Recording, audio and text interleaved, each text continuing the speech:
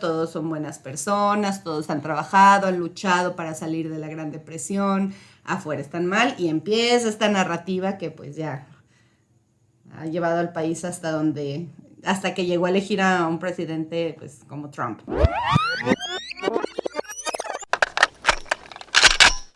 Hola, soy la Chachis. Yo soy Sidurti. Y yo soy Kuruni. Esto es Síntesis Podcast. Síntesis Podcast. las tesis más chingonas en español sobre temas de cultura pop, traídas a ti en formato de podcast. Hola a toda nuestra audiencia, estamos nuevamente en otro episodio más de Síntesis Podcast. Y en esta ocasión, me presento, @soylachachis. Me da muchísimo gusto la invitada que tengo el día de hoy porque, además de ser una persona a quien admiro mucho académicamente, pues resulta también que me dio el gran regalo de su amistad y me da mucho gusto poder compartir algo así con ella. Entonces les voy a presentar a Miriam Herrera, que me acompaña el día de hoy y vamos a hablar de qué, Miriam. El día de hoy vamos a hablar de superhéroes. Superhéroes. Ajá. E historia. Pues Miriam es historiadora. ¿Tu doctorado en qué es? En ciencias sociales, pero especializada en historia. Entonces, y eres súper fan del mundo Marvel, DC, por igual, ¿o? Sí, no tengo como predilección por alguna. En realidad me gustan mucho los cómics y las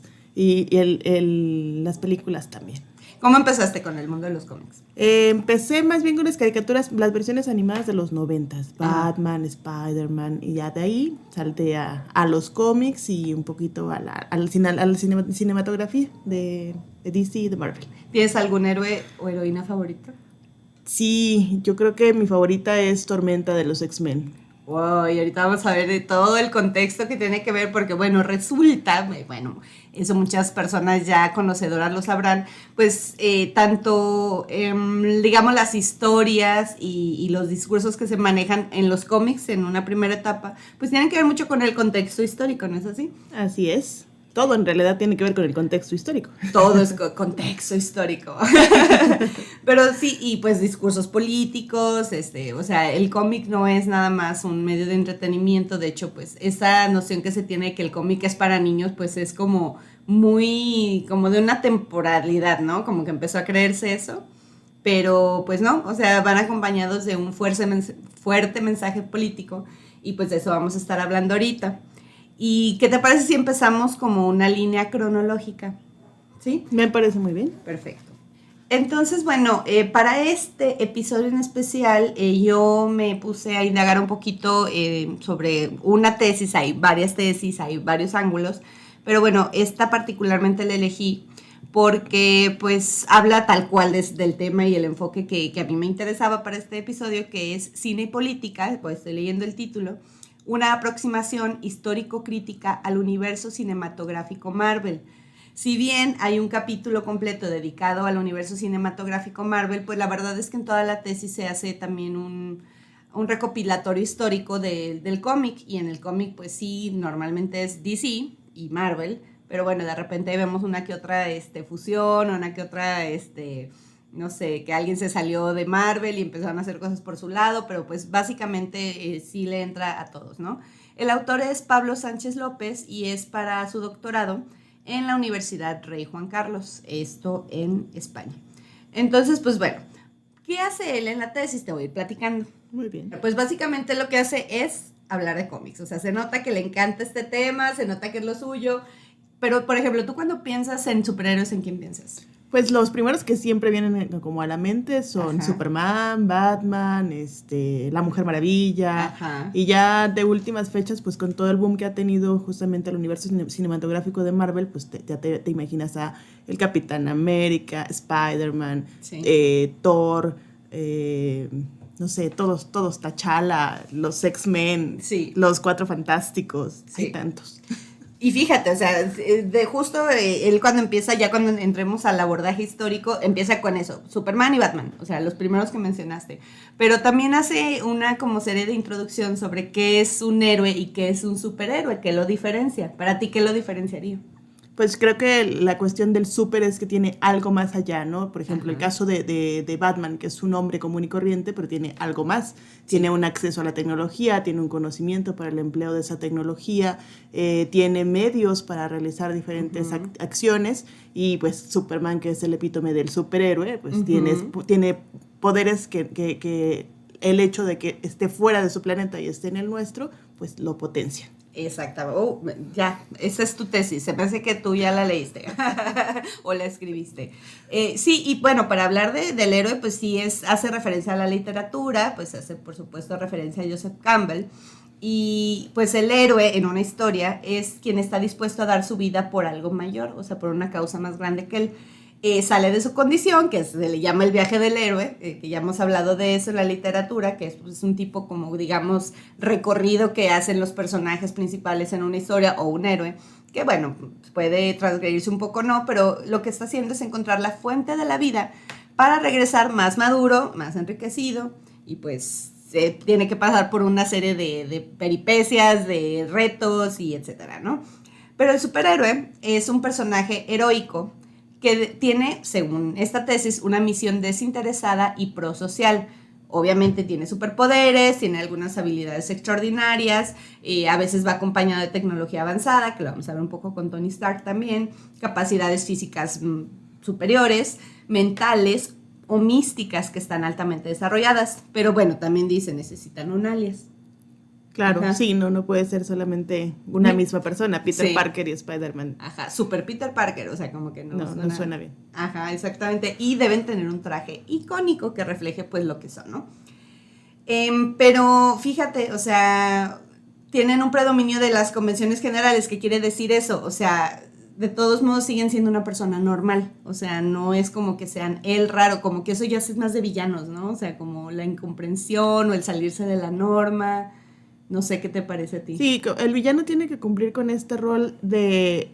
Tiene algo de normalidad, pero algo lo hace buscar la manera de afectar a otros, ¿no? Sí. Y en el superhéroe, como bien señalas, tiene esta identidad que oculta, que utiliza para hacer el bien, pero aparte tiene su vida cotidiana también llena de un montonal de cosas. Sí, que es lo que nos hace identificarnos, pero también en esta vida cotidiana, en algunos casos, y yo creo que en la mayoría de los casos, también son buenas personas y que hacen algún trabajo que pues también es bueno, ¿no? Entonces también ayudan a la sociedad, pero eso, bueno, responde a contextos históricos, ¿no? Entonces, bueno, ¿qué es el cómic, no? Según esto, pues según todo esto, eso es como lo más teórico, pero... el cómic, cuando nace, por eso decíamos no es solo para niños, es un espejo de la sociedad. Ajá. Entonces, no sé si en México tú puedas pensar en algún ejemplo de cómic. Yo estoy pensando en uno, pero acá en México, ¿como cuál te parece que haga eso? Pues yo creo que Calimán. Calimán sería uno de los como más clásicos. Sí. Yo pensaba, por ejemplo, en La Familia Burrón. La Familia Burrón, claro. Ajá. Memín Pingüín. Ajá. Estoy tratando de acordarme cuáles otros que se sí, ahorita así también. Como que ya mi cabeza... Bueno, hablábamos fuera del aire del libro vaquero, que bueno, no sé, no entra en esta clasificación, pero bueno, es otro ejemplo. Pero también lo que hace el cómic es calibrar los miedos, las esperanzas y los deseos de esa sociedad. Entonces, por eso es tan importante el contexto histórico para entender la obra en su momento y con lo que se está produciendo en la actualidad. Pero no nada más, esto lo dice Foucault, y voy a hacer un sonidito de Foucault. Bueno, sí, ya nos estamos poniendo el monóculo. Él habla de que no nada más es que el contexto influya a la obra, sino que la obra también va a influir al contexto. Entonces, una vez que es leída y que es recibida, pues también va a hacer unos cambios y puede influir o no en la identidad o la ideología de la sociedad en la que está, ¿no? Pero es muy importante en estos cómics, y hablando de superhéroes, que exista el monomito. Tiene que ver con este como origen, ¿no? Origen de dónde viene. Entonces casi siempre cada superhéroe tiene su gran historia y resulta que tienen un componente súper judeocristiano.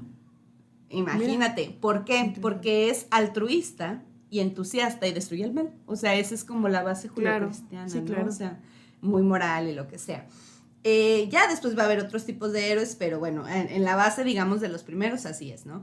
Y obviamente, hablando de Estados Unidos, pues vamos a hablar del American Dream o el sueño americano. ¿Qué nos puedes decir del sueño americano? Pues que va muy de la mano también con el contexto histórico, ¿no? O sea, el American Way of Life, por ejemplo, que era lo que debías de aspirar a ser, cómo debías de vivir. Sí. Y pues justamente lo que hace es construir un modelo a partir del cual tú te puedes, como miembro de la sociedad, tienes que ajustarte a. Sí, y que todavía está súper vigente y está en las películas de Marvel, en DC no estoy muy segura, porque hasta estoy pensando en el Joker y todas estas nuevas como tendencias, pero bueno, ahí no nos vamos a meter tanto.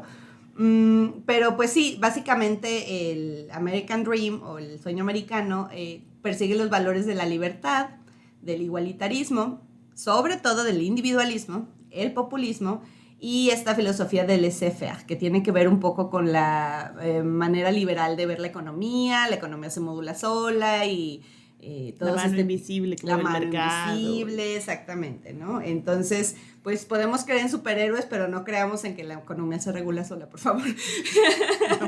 No, definitivamente no. Por favor. Entonces, pues bueno, esos son como los componentes alrededor de los cuales se construye el cómic. Entonces, pues, pero hay otro, a través de los cuales se construye el cómic. Pero hay un concepto que a mí todavía me llamó más la atención y que yo nunca lo había pensado y dije, oh, claro, tiene sentido, que se llama el excepcionalismo americano. Excepcionalismo americano. O sea, excepcionalismo americano. ¿Solo existe en América? ¿O? Ellos son la excepción a la regla. Ah, claro. Ajá, claro. Entonces, ¿por qué? Porque, bueno, hay otra vez un componente súper religioso en el que dice, ustedes, bueno, y eso pasa en muchos pueblos, son el pueblo elegido y son quienes van a pasar los valores y los que van a salvar a los demás y son la nación elegida, van a expandir la democracia, la libertad, obviamente también este mito de cómo se, bueno, yo digo colonizar, pero cómo se fundó el país con estos, como que eran el pilgrim, con los peregrinos. Y pues es muy dual, son las fuerzas del bien y del mal y nosotros somos quienes vamos a ayudar. Entonces está bien, digamos, está padre, pero lo que pasa es que con esto en geopolítica, que es un poco a lo que se mete la tesis, lo usan para justificar las intervenciones militares en algunos momentos históricos, decir, pues es que como estamos salvando al pueblo, porque nosotros somos los elegidos y porque aparte, pues desafortunadamente tienen los medios económicos para hacerlos, también creen que entonces no deben seguir las normas internacionales, somos la excepción, nosotros no tenemos por qué seguirlo, y también lo usan para que si me caes mal, tú sí debes seguir las reglas, pero si me caes bien, te las justifico, ¿no? Entonces, sí, o sea. Sí, mira, no sabía yo que existía el concepto tal cual, así pero claro, está justificado, ya Max Weber hablaba de él en su lógica sobre el protestantismo, uh-huh. y después de eso, el Destino Manifiesto, que es de inicios del siglo XIX, sí. Pues básicamente lo que hacen es señalar con mucha precisión esta cuestión de mi obligación es llevarte la libertad, la democracia, uh-huh. mi modelo, y yo voy a proteger a América, pero tiene que ser bajo mis normas, bajo mis reglas, y si alguien quiere intervenir, pues no, porque soy yo aquí el que interviene, ¿no? El que mete la cuchara en. Pues se llama excepcionalismo americano. Wow. Y pues el primero que habla de eso es Alexis de Tocqueville, bueno, lo estoy leyendo como se leería en francés, en un libro llamado Democracia en América, de 1835. Entonces, ese es como todo el aparato teórico, no sé si me esté faltando algo, según yo eso es como lo básico, pero sobre esta base está el cómic. Entonces, el cómic en Estados Unidos, esa es su función, esos son sus fundamentos, notas que hay mucha religiosidad, un poco de mesianismo, y pues el superhéroe, claro que es relevante para formar las ideas de una nación, sí. O la identidad cultural de una nación. No, y además para justamente señalar como bandera la libertad, la democracia, los ideales del modelo norteamericano. Así es. Entonces, bueno, vamos a hacer una pequeña pausa y ya regresando, vamos ahora sí a empezar a hablar sobre esta evolución de los acontecimientos históricos de los que tú me vas a echar más la mano y yo un poquito dándote datos de la tesis sobre ya los superhéroes en concreto. Entonces vamos a una pequeña pausita y regresamos. Síguenos en nuestras redes sociales, Facebook, Twitter e Instagram. en donde estamos como Síntesis Podcast. También nos puedes contactar en nuestro correo electrónico que es podcastsíntesis@gmail.com. Bueno, ya estamos aquí de regreso. Muchísimas gracias por permanecer con nosotros. Y ahora, pues Miriam, no sé, si te parece que empecemos a hablar, vamos a ir un poquito como lineal, de momentos y acontecimientos históricos y cómo los superhéroes van acompañándolo. Entonces, vamos a empezar con Superman y Batman. Perfecto, me parece muy bien. ¿Cuál es el contexto de ellos? Bueno, vamos a hablar de la Gran Depresión, desde la Gran Depresión hasta la Segunda Guerra Mundial. Entonces, estamos abarcando aquí pues un poquito más de una década. Sí, estoy pensando 29, 30, sí. Entonces, bueno, son dos superhéroes. ¿A ti te parece que se complementan, que son iguales, son muy diferentes? ¿Qué te parece? Son diferentes. Creo que cada uno viene de contextos muy particulares. O sea, tenemos por un lado a Batman que viene de un seno familiar con mucho dinero, sí, pero sin familia, ¿no? Porque pierde a sus padres muy joven, muy niño. Y del otro lado tenemos a alguien que igual perdió a sus padres, pero en realidad suple esa figura con las personas en Kansas que lo acogen y que le dan una familia y que lo protegen incluso hasta de sí mismo, porque pues no sabe medir todavía la situación de sus poderes y todo esto.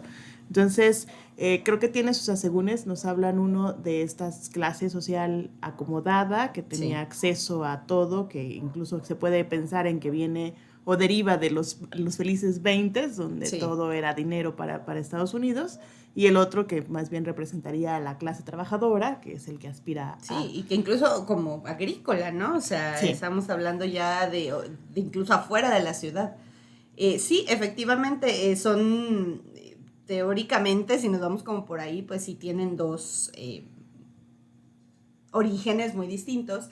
Y ahorita vamos a hablar de la Gran Depresión. Bueno, la Gran Depresión sabemos que es esta, pues que digamos, crack en la bolsa de valores, ¿no? Que se nos viene dando a finales, bueno, en 1929. Y pues la economía de Estados Unidos se viene abajo, el sueño americano ya parece la pesadilla americana, empiezan a perder, empieza a bajar la producción un tercio, o sea, empiezan a haber desempleo, y el poder adquisitivo desaparece, hay una decepción profunda del sueño americano. ¿Qué más podemos decir? ¿Qué más podemos decir? Podemos hablar del desempleo. Las tasas de desempleo fueron elevadísimas, había una sobreproducción en el mundo agrícola, había muy pocas posibilidades de consumo. Pasamos de una etapa en la cual pues justamente el cómic nace porque la cultura del ocio está despegando en los 20s y de repente se para todo eso. Estados Unidos pues lo que intenta hacer es recuperar su economía a partir del cobro de créditos que tenía prestados en Europa, que nadie le puede pagar porque pues nadie tiene para pagarle, y pues son condiciones verdaderamente dramáticas para las personas, no solo para aquellos que la cultura nos ha enseñado, ¿no? Que se aventaron desde los edificios porque perdieron todo, sino también para aquellos que tuvieron que vivir como en Hooverville, que eran estas villas en Central Park, o en la zona del oeste en Estados Unidos, que también la crisis les pega muy fuerte, y tenemos ahí la literatura para acompañarnos, por ejemplo, las Uvas de la Ira, que es este libro que habla justo de todo este proceso, cómo se vivía la Gran Depresión. Entonces, es un panorama verdaderamente desolador.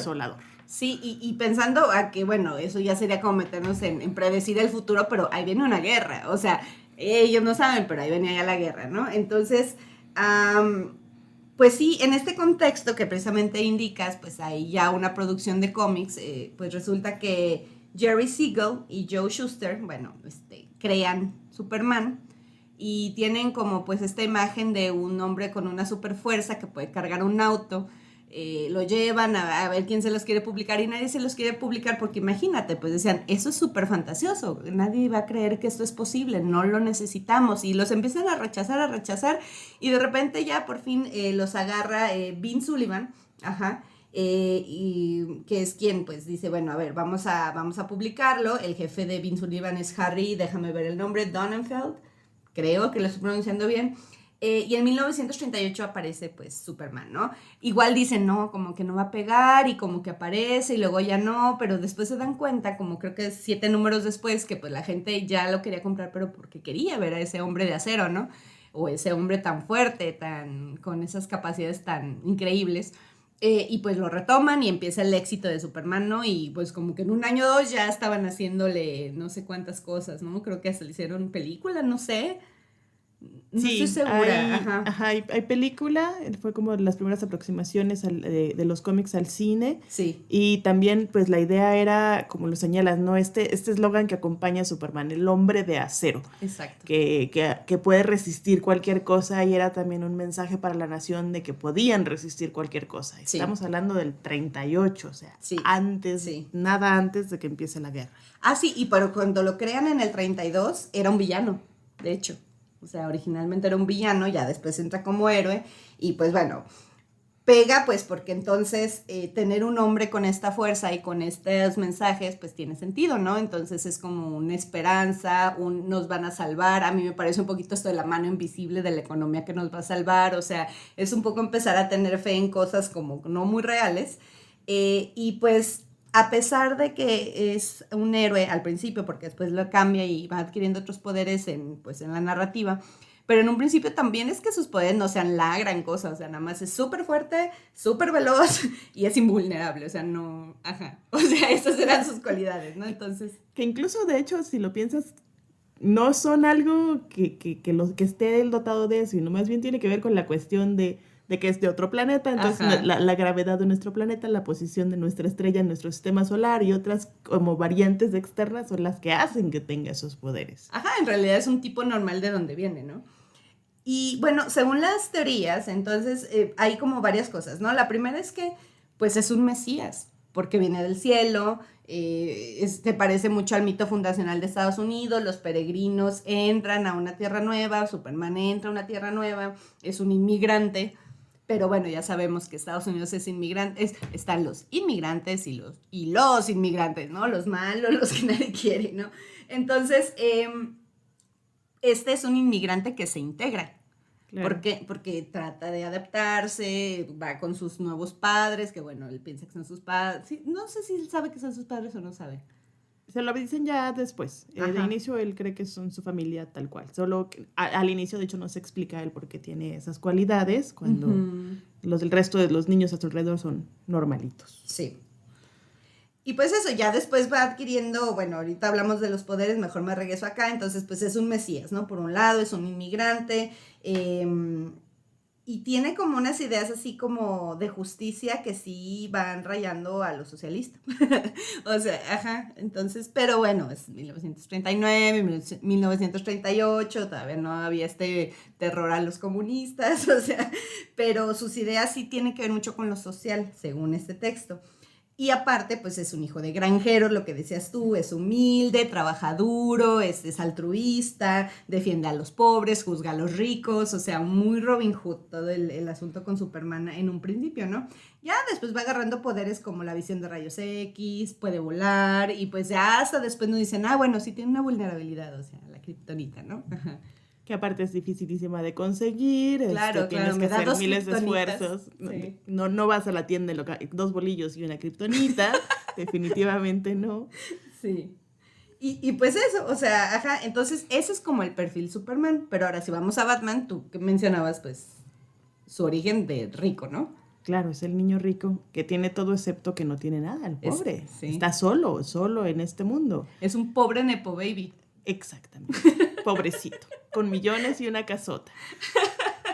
Y pues sí, entonces, ¿por qué Batman también funciona? O sea, ¿por qué Batman en esta narrativa funciona? Y Batman, bueno, su creador, que creo, no, este nombre sí lo voy a pronunciar mal, Bob Kane. No sé, si no lo edito. Su creador dice que sí se inspiró en La Sombra, en El Zorro y en Drácula. O sea, eso es como lo que dice que se inspiró. Y la gran diferencia con Superman, pues es que él sí es humano y no tiene superpoderes. O sea, tiene el superpoder adquisitivo, ¿no? Nada más. Que mira, ya es mucho, ¿no? Sí, todos quisiéramos tener ese superpoder. Yo quisiera ese superpoder. manténganme.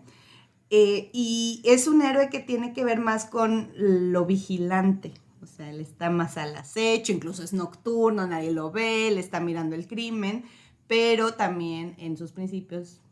Y no, sí, sigue después. Estoy pensando en la última película que salió, es muy violento. Ajá, es muy violento.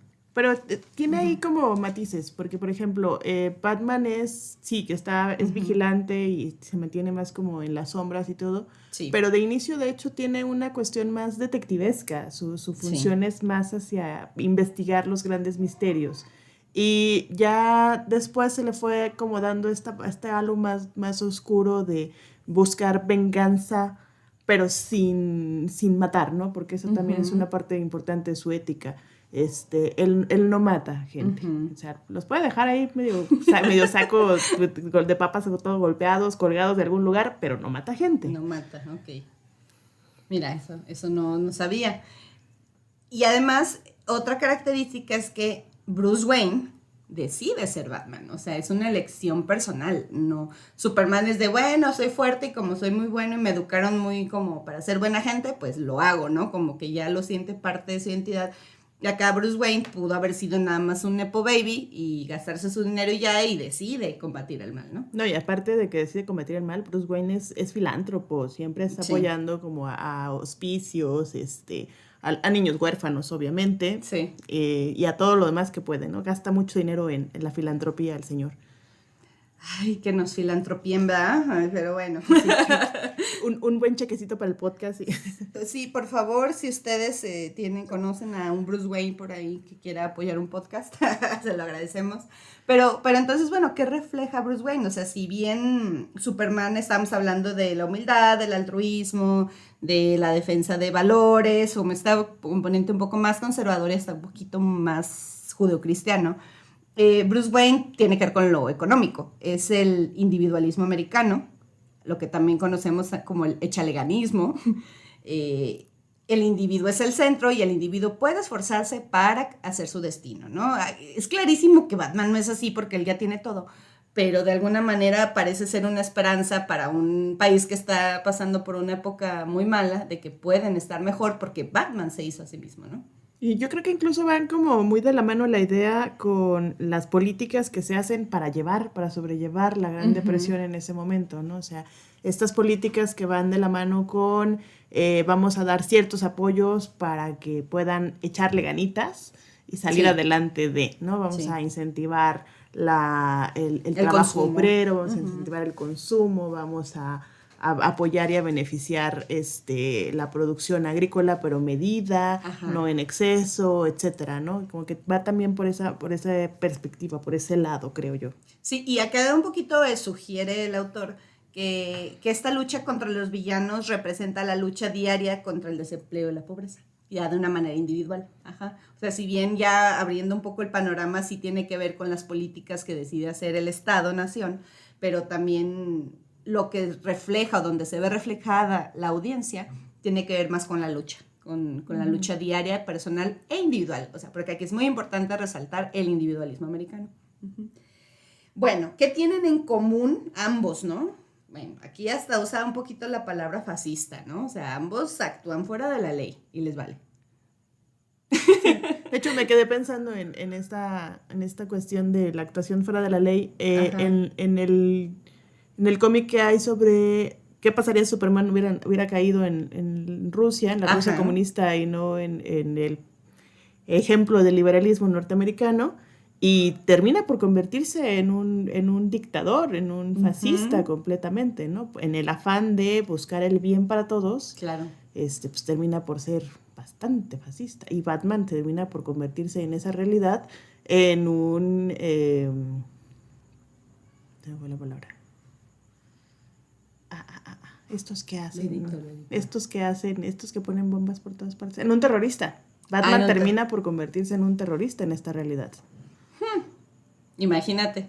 Y es eso, o sea, también, bueno, acá lo ponen como pero cayó en el lugar bueno y entonces combaten el crimen. Ay, bueno, sí, fuera de la ley, jejeje, ups, ¿no? Pero, pues sí, o sea... Sí, fuera de la ley porque no pertenece al gobierno norteamericano ni a ningún tipo de gobierno. Él está por sobre todos los demás, pero lleva los ideales buenos, los del Estados Unidos. Y no hay consecuencias para ellos no aplican la ley, nada de eso, ¿no? Y pues otro así aspecto que es que pues ambos se alejan de las relaciones sociales y también sexuales, o sea, entonces ellos están fuera de, bueno, en esta etapa están fuera de todo tipo de relación que los pueda alejar de su misión de vida. No sé eso cómo se reflejaría en la nación.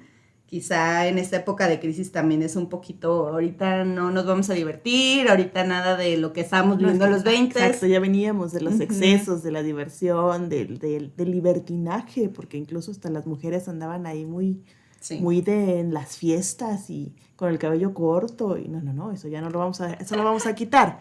Entonces sí, claro, hay que enfocarnos en lo importante. Sí. La nación. La nación y los valores. Y los valores. Entonces, pues ese es el contexto de la Gran Depresión, la Segunda Guerra Mundial. Estoy dándole vuelta a mi hojita. Pero nos falta otro héroe, que es el Capitán América. Ok, claro, el héroe de la Segunda Guerra Mundial. Exactamente, ya que estamos entrando más adelante, Steve Rogers. ¿Cómo se llama el actor que hace Capitán América en estas películas? Es un Chris de los 20,000 Chris que hay. Bueno, un Chris. Bueno. Eso es racismo a la inversa, amiga. Bueno, está Steve Rogers. Chris Evans. Chris Evans, muy bien. Ya vamos a editarlo de manera, no es cierto. Y acá pues ya estamos en otro contexto, ya hay guerra. A ver, ¿qué más nos quieres platicar? O sea, pues Estados Unidos interviene. Interviene, pero no al inicio. Al inicio, la guerra le sirve a Estados Unidos para salir de la Gran Depresión. Fíjate, nada básicamente, más. Ese es lo que los lleva a poder salir de la Gran Depresión. El que ahora ya le pueden vender armas a alguien más. Sí. Y entonces ya su economía se vuelve a reactivar. Y el problema al inicio está allá, bien lejos, en el otro lado del charco, y pues tan tranquilos como en la Primera Guerra, ¿no? Se quedó hasta allá y no pasa absolutamente nada. Pero tiene que verse obligado porque resulta ser que un elemento o una nación que no participa en la Primera Guerra, en la Segunda sí levanta la mano y se une, que es Japón. Y Japón le queda más cerquita que Alemania y Francia y todos los demás. Entonces ahí es donde sí tiene que meter las manos a la guerra como tal Estados Unidos. Y eso exactamente se va a reflejar en los cómics. Entonces, uno de los objetivos principales es luchar contra los nazis y luego ya contra los japoneses, pero son dos representaciones del enemigo muy distintas.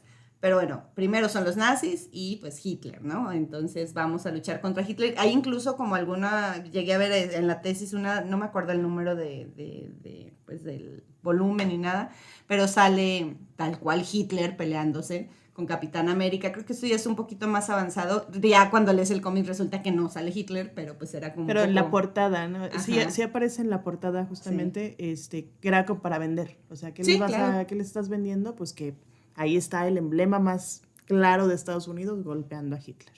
Y eso también ayuda un poco a que como nación, pues empiezan a decir, la amenaza está afuera, no aquí adentro. Y no. Aquí adentro somos bonitos, güeritos. Sí. Nadie es, hasta el inmigrante es güerito. Hasta el inmigrante es güerito, todos son buenas personas, todos han trabajado, han luchado para salir de la Gran Depresión, afuera están mal, y empieza esta narrativa que pues ya ha llevado al país hasta que llegó a elegir a un presidente pues como Trump, ¿no? Entonces, bueno, a Capitán América, si bien es como el que más va a estar luchando contra pues Hitler y contra los nazis, pues también Namor, pues en esta misma, creo que hay un cómic en el que está como lanzando misiles, ¿no? Así como con objetivo. No me acuerdo si con él, no, si era contra nazis, no era en Japón. No. Entonces está más desde el mar. Submarinos alemanes. Está combatiendo submarinos alemanes. Eso hace Namor. Entonces imagínate, yo pensando en el Namor de ahora del universo cinematográfico, si decimos, ¿what? Que no era un maya buena onda, que a lo mejor es no tan malo. Es que no era un maya. Claro, no. Era un atlantidense, entonces pues, tenía que proteger su reino del Atlantis. Y que todas esas son alegorías otra vez a Estados Unidos, ¿no? O sea, Capitán América abiertamente, pues, gringo, digo estadounidense, digo americano, digo norteamericano, digo ya no sabemos ni qué son. Pero los colores no se quedan claros, ¿no? O sea, puede ser Puerto Rico o Estados Unidos, no más. Sí, no, o sea, Capitán América, Capitán Norteamérica, sí, está muy complicado eso, pero bueno. Pues los creadores, Joe Simon y Jack Kirby, en 1941, pues ellos obviamente tienen este sentimiento de patriotismo, pero pues es que también son judíos, entonces tenían que hablar de la Segunda Guerra Mundial. Alguien tenía que pegarle a Hitler por ellos, claro. Exactamente.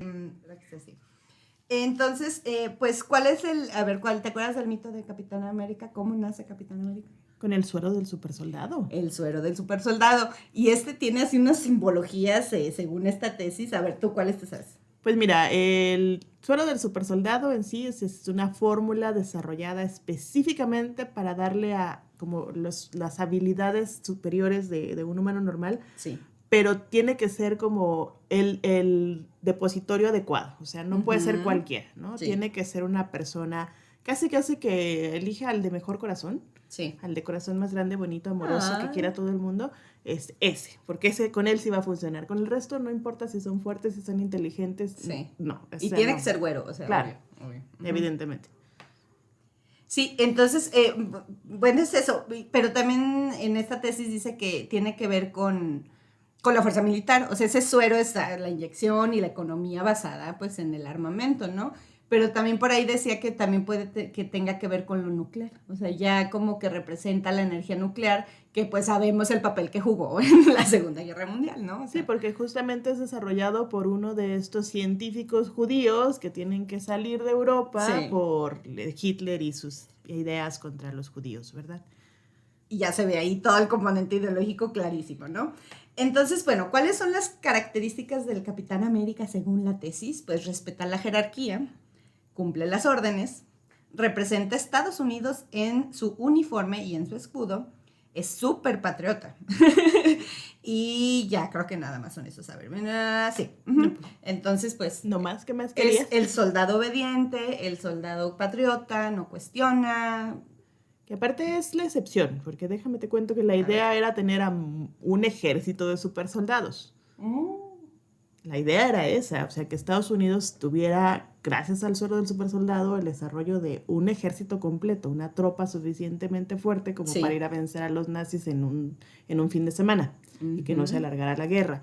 Pero por ahí situaciones que tienen que ver con la inteligencia nazi, etcétera, y con este grupo Hydra, que es como la antítesis de lo que es el Capitán América, terminan por solo quedar una persona, que es Steve Rogers.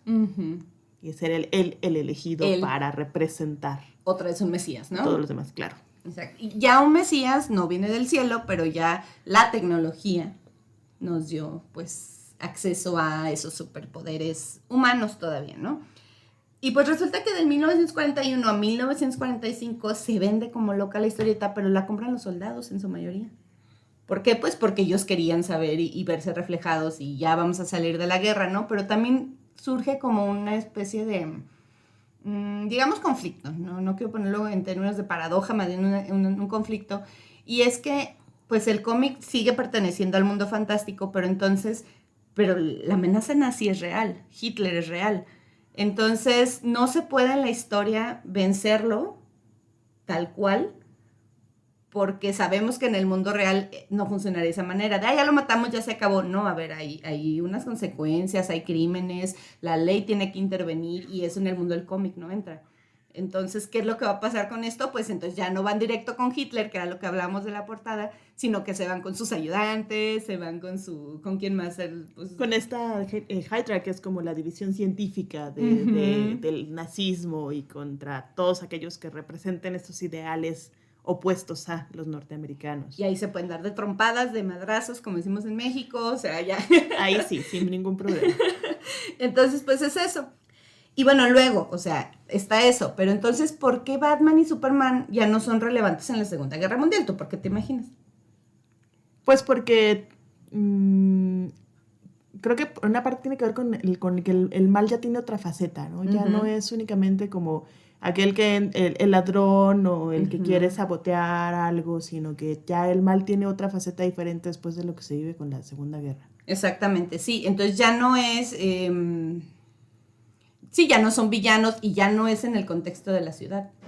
O sea, Capitán América lo mandan Namor manda misiles, o sea, todo es, vamos para allá, vamos a hacer algo por nuestro país, o sea, tiene más que ver con la guerra, y a lo mejor pues un señor con una capa negra y así vigilando en los edificios, pues no sirve de tanto, ¿no? O sea, No habría hecho mucho Batman con toda tecnología para acabar con toda la CSS o contra, no sé, la Luftwaffe, creo que difícilmente. sí, y Superman pues parece también más genérico, o sea, también tiene que ver más con la ciudad, con estar buscando a los malos, más con un componente moral, y en la guerra pues, híjole. La moral queda ahí como en Ajá. entredicho, o sea, hay personas muy buenas que tienen que hacer cosas muy terribles en el contexto de una guerra y viceversa. Y no funciona para la narrativa de malos y buenos, ellos son los malos, no importa, o sea, entonces, híjole, ya no te puedes meter en que es que está mal robar. No, pues es que no es que esté mal la guerra, los dos estamos en la guerra, pero nosotros somos los buenos y ustedes los malos, entonces, híjole, se va poniendo bueno, ¿no?